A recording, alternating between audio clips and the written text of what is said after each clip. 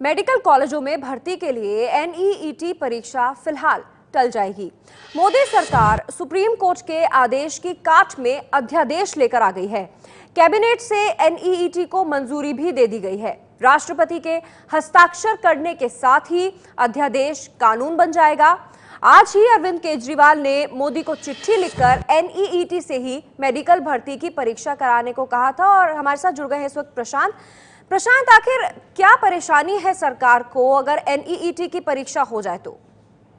नहीं, देखिए, सबसे पहली बात मैं ये बता दूं कि सरकार ने आज जो कैबिनेट की बैठक हुई उसमें इन प्रिंसिपल अप्रूवल दे दिया अध्यादेश को।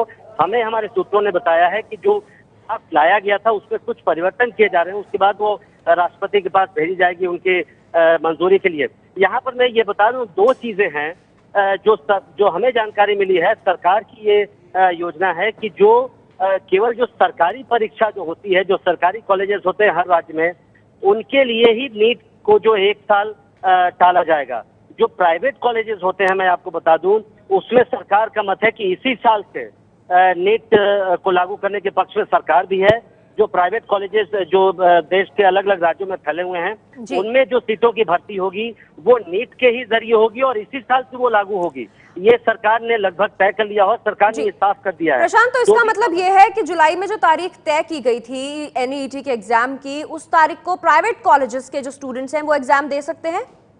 जी, बिल्कुल आपने ठीक कहा। जो 24 जुलाई को जो तारीख तय है, जो प्राइवेट कॉलेजेस के लिए जो भर्ती की जानी है स्टूडेंट्स की मेडिकल सीटों के लिए, उसको नीट के तहत ही एग्जाम होगा और उसी के तहत उसमें सीटों की भर्ती की जाएगी। जो छूट की बात की जा रही है वो केवल और केवल जो राज्यों में जो सरकारी कॉलेज होते हैं, जिनकी परीक्षा सरकार लेती है जिसमें भर्ती के लिए, उनके लिए 1 साल की छूट देने की बात सरकार की ओर से की जा रही है। लेकिन सरकार को चिंता किस बात की है प्रशांत?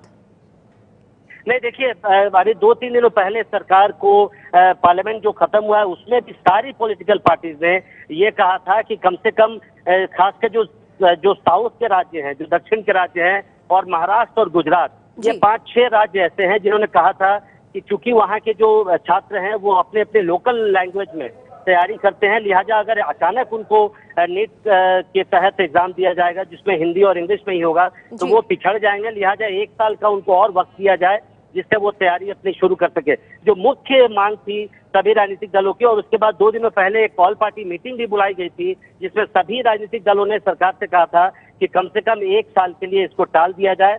और मुझे लगता है कि उसी के बाद सरकार ने यह फैसला किया है। लेकिन मैं फिर से बता दूं कि प्राइवेट कॉलेजेस के लिए जहां तक मेरी जानकारी है, वो अभी राष्ट्रपति से मंजूरी मिलने के बाद सारी बातें सामने आएंगी औपचारिक तौर पर। लेकिन प्राइवेट कॉलेजेस को इसी साल नीट के तहत अपनी जो सीटें भरनी है वो नीट के तहत ही अपनी सीटें भरनी पड़ेंगी।